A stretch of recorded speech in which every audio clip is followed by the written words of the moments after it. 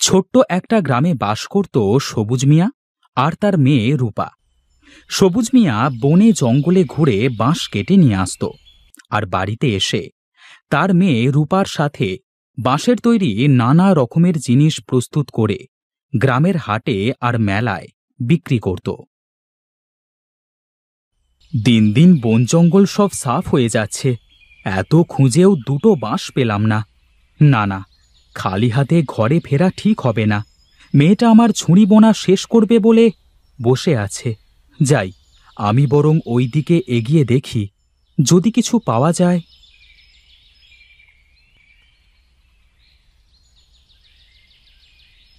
এদিকের বাঁশগুলো তো এখনো ছোট, তবে এবার কি করি? সারা দিন ঘুরে ঘুরে বড্ড খিদে পেয়েছে, খালি হাতেই বা ফিরে যাই কেমন করে? আরে, ওইদিকে কি? গিয়ে দেখি তো।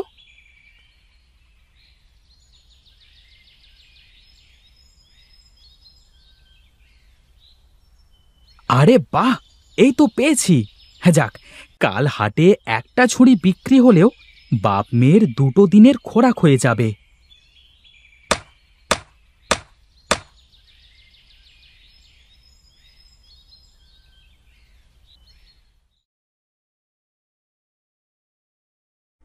এত দেরি করলে যে বাবা, এখন বাস রাখো, তুমি গা ধুয়ে এসো, আমি খাবার বাড়ছি বাবা। চোখ মুখ কেমন শুকিয়ে গেছে তোমার। তুই কবে থেকে আমার মা হয়ে গেলি বলতো? আমার মা আমাকে এভাবেই বকতো। কথা না শুনলে আরো বকবো। যাও যাও বাবা, তাড়াতাড়ি এসো, আমি দুটো ঝুড়ি তৈরি করেছি, খেয়ে তুমি হাঁটে যাবে বাবা।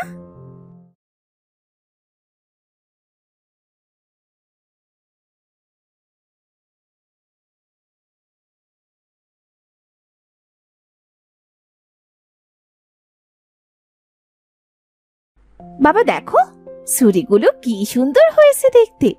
এগুলো হাটে নিয়ে গেলেই দেখবে বিক্রি হয়ে যাবে, ভালো দামও পাওয়া যাবে বাবা। ও বাবা, এর মধ্যে ঘুমিয়ে পড়লে? এখন এই অসময়ে কে এমন ঝুড়ি কিনবে মা? দিন দিন মানুষ কাঠ আর মাটির নানা রকমের জিনিস সস্তায় পেয়ে যাচ্ছে, আর ওগুলো টেকেও বেশি দিন। বাঁশের জিনিসের তেমন কদর নেই মা। এ কাজে আর ভাত নেই, অন্য কাজ খুঁজতে হবে। এই কাজ যে তুমি খুব ভালোবেসে করো বাবা। কি করে আসবে মা? বনে জঙ্গলে আর আগের মতো বাঁশ পাওয়া যায় না। মানুষেরা সব বন জঙ্গল সাফ করে বাড়ি তৈরি করেছে। এভাবে আর কতদিন টিকে থাকতে পারবো কে জানে। তুমি যাও আর হাটে ঝুড়িগুলো বিক্রি করে এসো।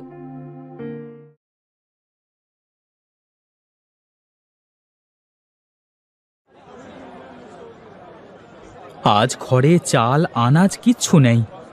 আজ কি আমার একটি ঝুড়িও বিক্রি হবে না? এ তোমার কেমন বিচার খোদা? অসহায়ের কাছে কিচ্ছু নেই, আর ধনীদের অঢেল। তবে অসহায়কে কেন তুমি দুনিয়ায় পাঠালে? কিরে সবুজ, কটা ঝুড়ি এনেছিস?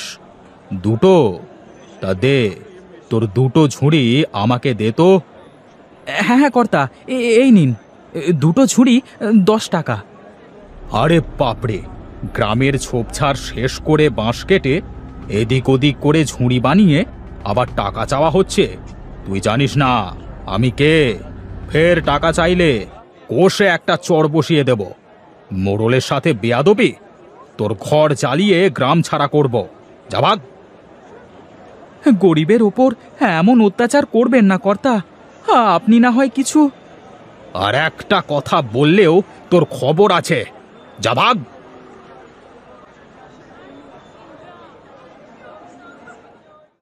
দুর্বলের ওপর সবলের এমন অত্যাচার আর কতদিন চলবে? এভাবে আমি যে আর পারছি না। হায় খোদা, তুমি কি কিছুই দেখতে পাও না? আমি এক অসহায় বাবা, তোমাকে ডাকছি, আমাকে সাহায্য করো। কে আছো? কে আছো? বাঁচাও, বাঁচাও! হায় হায়, আমি মরে গেলে আমার মেয়েটার কি হবে? আমার রূপামা কি করে বাঁচবে? হায় হায় হায় হায়!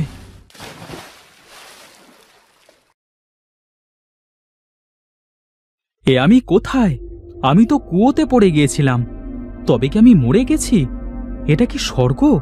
এখানে তো সব রূপোর, কত কত বাঁশ। আহারে, এই বাঁশের কত কি তৈরি করতাম আমি আর রূপা। আমার রূপামাকে যদি এই রূপোর বাঁশের কিছু অংশ দিতে পারতাম, মেয়েটার জীবনে কিছুটা সুখ আসতো। তা নাও তো, যতটা চাই তোমার। তুমি কে গো? ছোট্ট এক কুকুরছানা হয়েও তুমি মানুষের মতো কথা বলতে পারো? পারি গো পারি, এই রূপোর বাঁশবাগানের দুনিয়ায় সব সম্ভব। রূপোর বাঁশবাগান? এটা এটা স্বর্গ নয়? তা কি যে বলো তুমি! পৃথিবীতে এমন অনেক কিছু আছে যা মানুষের অজানা। ধরে নাও, এটা তেমনি একটা অংশ মাত্র। আর আমি এটাকে আগলে রেখেছি। কোনো সৎলোক ছাড়া এখানে কেউ আসা তো দূর, এর সন্ধানও পাবে না। তাহলে আমি এখন ঘরে ফিরবো কেমন করে? আমাকে আমার পৃথিবীতে ফিরে যাওয়ার পথ বলে দাও মিষ্টি কুকুরছানা। সে তো যাবেই, তবে আগে নিজের জন্যে রূপোর কিছু নিয়ে যাও। এটুকুতেই আমার বাপ মেয়ের দিব্যি চলে যাবে। কি বলছো কি? এত রূপো থাকতে তুমি কেবল এইটুকুই নিলে? আমি গরিব হতে পারি, কিন্তু লোভী নই। যতটুকু প্রয়োজন তার বেশি আমার চাই না। এবার আমাকে বাইরে বের হওয়ার একটা রাস্তা বলে দাও। এত সহজে তো বলবো না। আগে আমার একটা প্রশ্নের তোমাকে উত্তর দিতে হবে। যদি তুমি উত্তর দিতে পারো তবে আমি তোমাকে রাস্তা বলে দেব, আর না পারলে তুমি এখানে আমার দাস হয়ে থাকবে। আর তো কোনো উপায় নেই। বেশ, তুমি যা বলবে তাই হবে। কোন জিনিস একবার চলে যায় আর ফিরে আসে না? সময়। সময় একবার চলে গেলে তা আর ফিরে আসে না। বাহ, খুব ভালো, তুমি সঠিক বলেছ। চলো, আমি তোমায় রাস্তা দেখিয়ে দিচ্ছি। আর ওই লাল পুটুলিটা তুলে নাও, ওটা তোমার উপহার। ধন্যবাদ। তোমার সাহায্য আমি কোনো দিনও ভুলব না।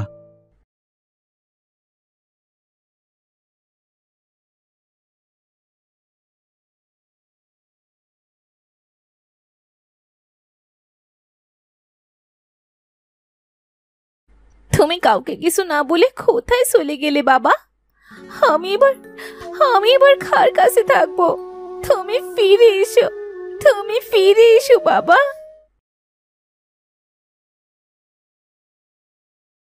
মা রূপা, আমি এসেছি।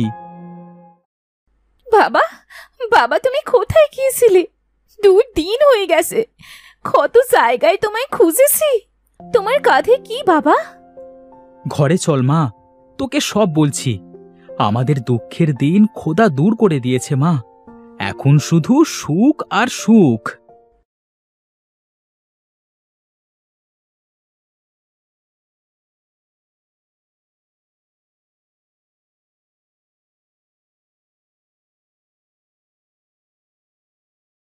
আরে, এটা তো সবুজের বাড়ি ছিল।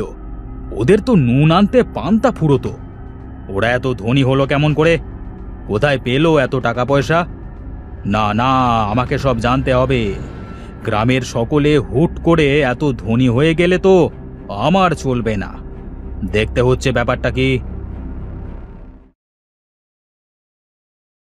বাবা, আমাদের তো রূপোর বাসধারে ওই কুকুরছানায় সাহায্য করেছে, কিন্তু তুমি কি করে পৌঁছলে সেখানে?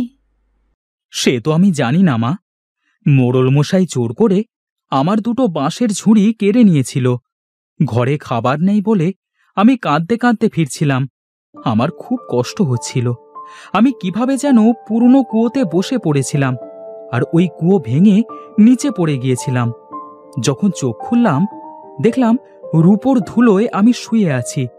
চারিদিকে সব রূপোর তৈরি আর চকচক করছে। কুকুরছানাটাকে নিয়ে আসতে বাবা, আমরা ওকে লালন পালন করতাম।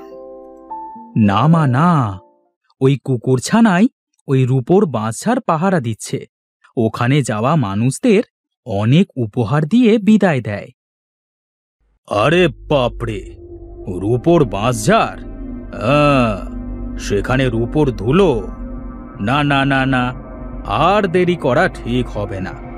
এবার আমি যাব রূপো আনতে, আর সবচেয়ে বেশি ধনী হব আমি। সব তো আমি জেনেই নিয়েছি।